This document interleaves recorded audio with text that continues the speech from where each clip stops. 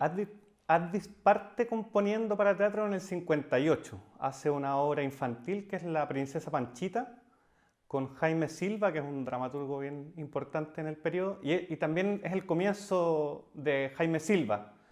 Están todos estos próceres empezando con sus primeros trabajos y está en la Escuela de Teatro de la Universidad de Chile, un círculo que incluía a Alejandro Sieveking y a otros actores de la época, y, y él compone la música para este cuento infantil y llama mucho la atención, porque si bien se hacía música para teatro ya hace muchos años en ese momento, estas eran experiencias un poquito más renovadoras, de un teatro con un espíritu más experimental, podríamos decir. Son los años que empieza a aparecer el ictus, entonces hay una especie de renovación teatral en ese momento y Advis aparece ahí con esta obra. Y ahí él empieza a componer música para teatro, para muchas obras de teatro. Entonces se empieza a vincular con la gente del mismo Instituto de Teatro de la Universidad de Chile, que es el antiguo experimental, con otros actores de compañías independientes, empieza a vincularse con el medio teatral en general. Y él tenía ya un interés grande en el tema de lo escénico, entonces creo que encuentra ahí un camino de composición vinculada con eso. Lo que pasa es que yo creo que ahí hay como un movimiento que va en carriles paralelos, que se cruzan entre la gente de teatro, la gente de cine, la gente de música, que hay mucho diálogo. Entonces, en ese periodo, Isidora Aguirre, que es famosa por La Pérgola de las Flores, ella tiene un teatro que es su vertiente principal, que es un teatro mucho más político, un teatro más cercano a las ideas de Bertolt Brecht, de la dialéctica, de una mirada marxista de la realidad. Y ella hace una obra que se llama Los que van quedando en el camino, que la escribe y se monta la obra por el Instituto del Teatro en el 69, 68, 69. Y ahí Advis es reclutado para ser el compositor de esta obra. Entonces ahí él crea, y él tenía la tendencia a crear en base al texto, no necesariamente una vez comenzados los ensayos, sino simplemente recibir el texto, leerlo y traducir eso a ideas musicales, a melodías, a canciones. Entonces mucha de la música que él compuso para esa obra no necesariamente quedó en la obra final, sino que le quedó ahí a él como borradores, como ideas, y luego algunas de esas se trasladaron a lo que era la cantata, a lo que llegó a ser la cantata. Pero también creo que es importante en ese sentido la figura de Isidora Aguirre y este mundo de lo teatral, porque también es parte de esa experiencia de Advis. Los que van quedando en el camino, así como Viet Rock, que fue otra obra en la que Advis participó en ese mismo año, el 69, son obras que también son de mucha renovación en términos escénicos, que son obras que trabajan con la idea del espacio vacío, de ya dejar de lado estas grandes escenografías y en lugar de eso trabajar con el cuerpo, trabajar con la expresividad de los mismos actores. Y ahí la música también juega un rol que es mucho más importante, ¿no? Porque cuando tienes estos decorados enormes, la música puede acompañar muy bien eso, pero no es tan esencial, ¿no? Cuando tienes el escenario completamente vacío, la música viene a llenar un espacio, viene a crear una atmósfera que es súper clave para lo que después pasa en la cantata. Porque en la cantata hay mucho de eso, ¿no? de que hay un relato, hay un narrador, y la música va acompañando con pequeños acentos, va enfatizando ciertos estados de ánimo, ciertas emociones. Entonces se nota mucho que hay un trasvasije de ese mundo, de ese imaginario teatral con, con la cantata. Y también porque los que van quedando en el camino, esta obra tiene relación con otra matanza de obreros que ocurrió en Ranquil, en el sur de Chile.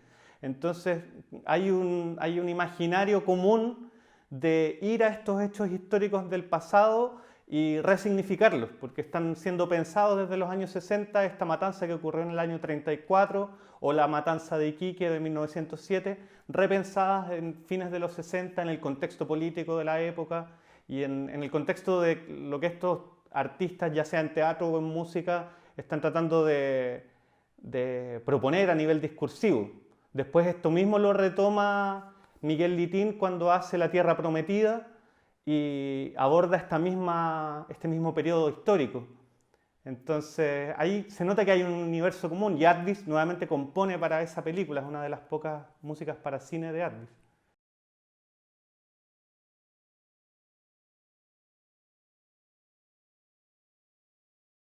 Bueno, yo creo que una sí, de las cosas que más resalta de Advis como músico de teatro es que es muy prolífico. Entonces yo creo que eso le da un oficio que lo desmarca un poco de otros compositores que quizás no se dedicaron tanto al teatro, que se dedicaron a otras cosas. Él trabajó en teatro más que en todo lo demás que hizo. Entonces creo que su formación musical, esto que comentábamos, ¿no? Tiene que ver con el oficio de lo teatral.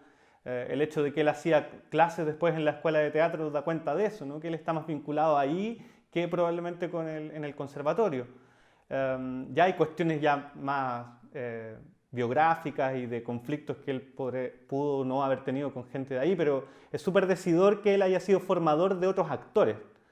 Um, y yo creo que viéndolo como en relación a los otros compositores de teatro, yo creo que hay una línea ahí que es fácil trazar partiendo por Gustavo Becerra, por ejemplo, que es de alguna forma el maestro, el profesor de esta generación más joven de Sergio Ortega, de Luis Advis, de Tomás Lefebvre, de otros compositores que se dedicaron al teatro, que es este interés por los otros medios. Becerra era un interesado por estos otros mundos, por la televisión, por el cine, por el teatro, por la danza, y de alguna manera estos compositores toman esa tendencia, ese interés y se vinculan con estas otras artes y desarrollan por lo mismo cuestiones que son muy interesantes porque rompen estas fronteras tan marcadas entre una disciplina y otra. Por eso es posible tener esta conversación ahora y pensar en Advis como una persona que transita entre el teatro y la música, o entre el cine y la música, ¿no? Entonces yo creo que eso es, es probablemente la mayor característica. Y también otra cosa a nivel ya más musical es el interés de Advis por dejarse permear por lo que la obra le está ofreciendo. Entonces cuando él compone para una obra como Chiloé, Cielos Cubiertos, que es una obra que está situada en la isla de Chiloé, él se acerca a los géneros de la música chilota, aprende esos géneros y trabaja con ese material, trabaja con esos instrumentos, utiliza mucho el bombo, el acordeón, la guitarra, los géneros de la zona. Asimismo, cuando tiene que componer para obras más clásicas, se vincula con los mundos más de la música docta. Entonces, esta versatilidad le permite transitar por esos mundos distintos y dejarse enriquecer por eso, ¿no? Después él va a componer muchas obras que tienen un arraigo en ese mundo de los chilotes, por ejemplo. Entonces, eso nace de esa experiencia en lo teatral. Y asimismo muchas de esas experiencias en lo teatral nutren después lo que van a ser sus canciones o sus obras para cámara. Hay un diálogo grande ahí. Yo creo que eso es una virtud porque no es trabajar en mundos separados, seccionados, sino hacer dialogar esos mundos.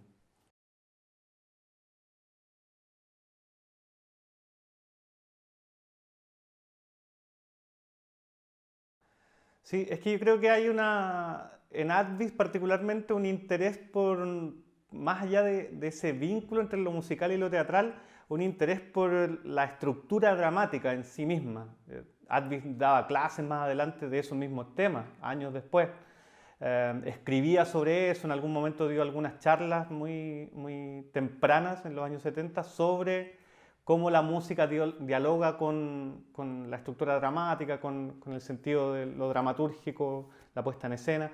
Entonces, yo creo que a él le interesaba mucho ese tema, quizás más que a otros compositores como Ortega, que dices tú que, claro, también tiene un vínculo con lo escénico, pero a lo mejor no le interesan tanto esos aspectos.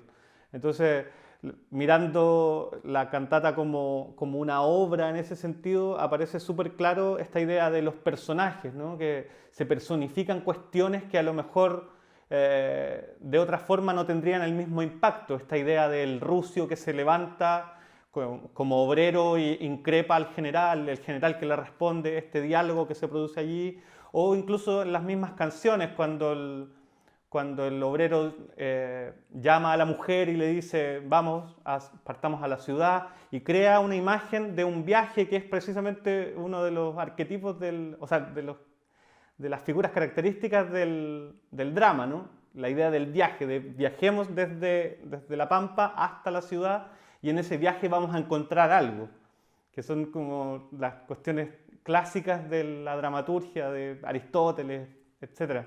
Entonces se ve muy claro que él maneja esos conceptos y que los usa en su favor. De hecho, en algún momento él decía en algún escrito que lo que más le gustaba de la cantata era su estructura dramática, porque él estaba consciente de que había ahí un trabajo muy logrado en términos de este viaje de estos personajes, de presentar una situación, de crear un espacio, de formalizar esta idea del viaje hacia la ciudad de Iquique y las consecuencias o este desenlace trágico.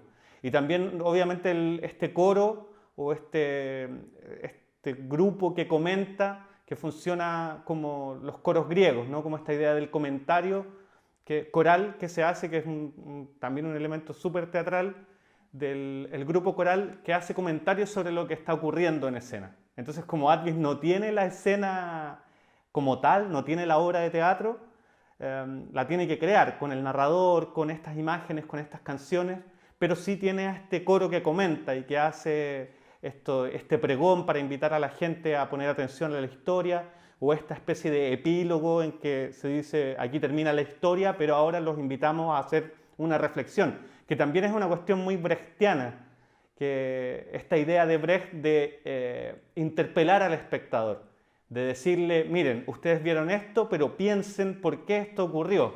Y eso es exactamente lo que hace Advis con la canción final. Entonces son elementos muy claros de lo teatral y de toda esta idea de renovación de lenguajes, ¿no? Por eso es tan importante este trabajo previo de obras donde no hay una puesta en escena, donde no hay escenografías tan grandes, donde hay un trabajo con el cuerpo, donde hay un trabajo con la música más importante, porque de alguna manera anteceden esto y muestran que hay un bagaje, hay nociones de cuestiones súper claras que le dan este sentido tan atractivo a la cantata, ¿no? Porque es súper claro cómo hay una intención de atrapar al espectador, de llevarlo por un viaje, es muy marcado.